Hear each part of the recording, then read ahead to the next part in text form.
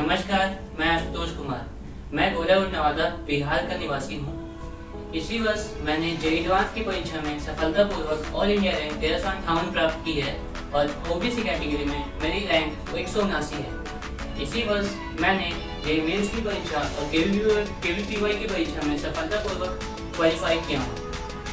मैंने अपनी स्ट्रैटेजी कुछ इस प्रकार रखी। सबसे पहले आगे की तैयारी के लिए मैं 11वीं में कोटा गया और उसके बाद मैं बूढ़े 12वीं में कोरोना के कारण वापस घर आना पड़ा और मैंने आगे की तैयारी नवादा में रहकर ही की।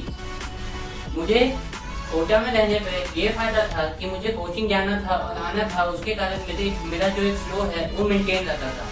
नवादा में जो कि घर में पढ़ाई करने के कारण मेरा जो फ्लो है उसको मेंटेन करना था। सबसे पहली चुनौती तो यह थी। उस फ्लो को मेंटेन करने के लिए मैंने यही मान लिया कि मैं कोटा में ही हूँ और मैं अपनी पढ़ाई को जारी रख रहा हूँ। उसके लिए मैं ये करता था कि मैं ये मानता था कि मैं जो क्लास जा रहा हूँ, ऑनलाइन क्लासेस कर रहा हूँ, मैं ये मान के करता था कि मैं क्लास जा रहा हूँ।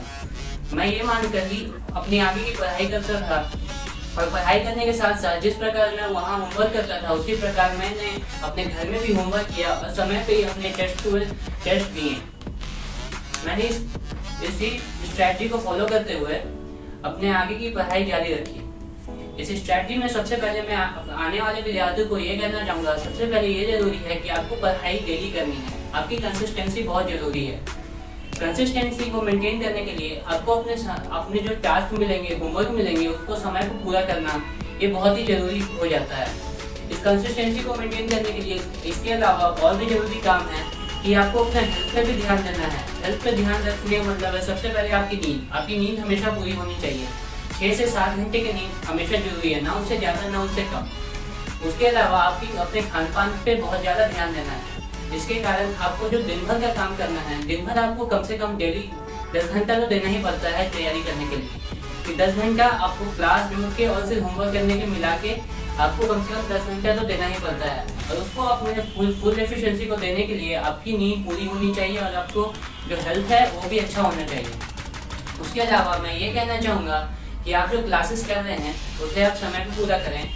साथ ही साथ आपने जो क्लासेस की है उसका रिवीजन आपने अपने होमवर्क के साथ कर देना चाहिए। आगे का रिवीजन के लिए आपके क्लासेस जो 2 महीने पहले 1 महीने पहले हुई थी उसका भी रिवीजन करते रहना चाहिए। और मैं सब्जेक्ट वाइज स्ट्रैटेजी भी बताना चाहूँगा। जैसे कि मैं सबसे पहले फिजिक्स पे आना चाहूँगा। फिजिक्स ये ऐसा सब्जेक्ट है जिसमें आपको कॉन्सेप्ट ज़्यादा जरूरी है। प्रॉब्लम प्रैक्टिस सेकेंड नंबर पे आता है। सबसे पहले कॉन्सेप्ट का प्रैक्टिस करने के लिए सबसे पहले मैं अपने टीचर्स का नोट्स रेफर किया। टीचर्स जो पढ़ाते थे उनको रेफर किया और साथ में टीचर्स मुझे एससी वर्मा करने को सजेस्ट करते थे और एनसीईआरटी करने को बोलते थे। उसके अलावा मैं प्रॉब्लम प्रैक्टिस के लिए एससी वर्मा और कुछ प्रॉब्लम के लिए यूट्यूब करता था। आगे के लिए मैं केमिस्ट्री में बताना चाहूँगा। केमिस्ट्री में ऑर्गेनिक केमिस्ट्री, फिजिकल केमिस्ट्री और इनऑर्गेनिक केमिस्ट्री तीनों के लिए मैं अपने टीचर्स को फॉलो करता था। इनऑर्गेनिक केमिस्ट्री और तीनों केमिस्ट्री में ही सबसे पहले मैं अपने मॉड्यूल्स करता था और उसके बाद मुझे टीचर्स ने एक बुक के लिए गाइड किया था, जो कि बुक एक ऑर्गेनिक केमिस्ट्री और इनऑर्गेनिक केमिस्ट्री की बुक है, जिसको मैंने अच्छे से किया। और मुझे यह आगे बताते हुए खुशी होती है कि मुझे केमिस्ट्री में जो कॉन्फिडेंस आया, कहीं ना कहीं वो मेरे टीचर्स की बहुत ज़्यादा योगदान है। आगे में मैं मैथ्स की बात करना चाहूँगा। मैथ्स में भी अपने शिक्षक को मैं बहुत ज़्यादा श्रेय देता हूँ, क्योंकि उन्होंने मुझे आगे बढ़ने में बहुत ज़्यादा हेल्प की है। सबसे पहले मैथ्स के लिए मैं ये कहना चाहूँगा, मैथ्स में आपके साथ कॉन्सेप्ट तो जरूरी है, साथ ही साथ बहुत सारे प्रॉब्लम की प्रैक्टिस भी बहुत जरूरी है। ज़्यादा प्रॉब्लम मैथ्स में करने से आपको ये फायदा होता है कि आपको नए क्वेश्चन देखने पे ये समझ में आता है कि उनको कैसे करना है। और जहाँ तक बात रही जेईई एडवांस की तैयारी और आगे में आने वाले पैटर्न की, उसमें सबसे जरूरी हो जाता है टेस्ट का एनालिसिस और टेस्ट अटेम्प्ट करने का पैटर्न। टेस्ट अटेम्प्ट करने का पैटर्न में मैं जिस तरह से करता था, मैं सबसे पहले केमिस्ट्री करता था, फिर मैथ्स करता था, फिर फिजिक्स करता था।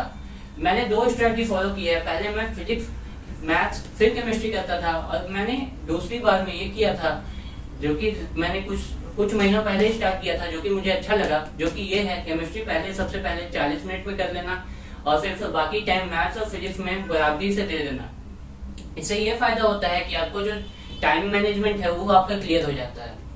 बाकी स्ट्रैटेजी भी आप फॉलो कर सकते हैं। बाकी स्ट्रैटेजी आपके अनुसार भी सही है और जो आपके टीचर सजेस्ट करते हैं उसे भी आप फॉलो कर सकते हैं। आगे के लिए मैं बस इतना ही कहना चाहूंगा, जे एडवांस की तैयारी में सबसे ज्यादा जरूरी है आप अपनी जो कंसिस्टेंसी है वो मेंटेन रखें। बाकी आपको जो ज्यादा मटेरियल से इस पे फोकस नहीं करना है, बस एक जो मटेरियल आप कर रहे हैं उस पे ही आप बार बार करें, उससे आपकी कॉन्फिडेंस भी बूस्ट रहेगी और आगे एग्जाम में भी आपकी तैयारी अच्छी रहेगी। धन्यवाद।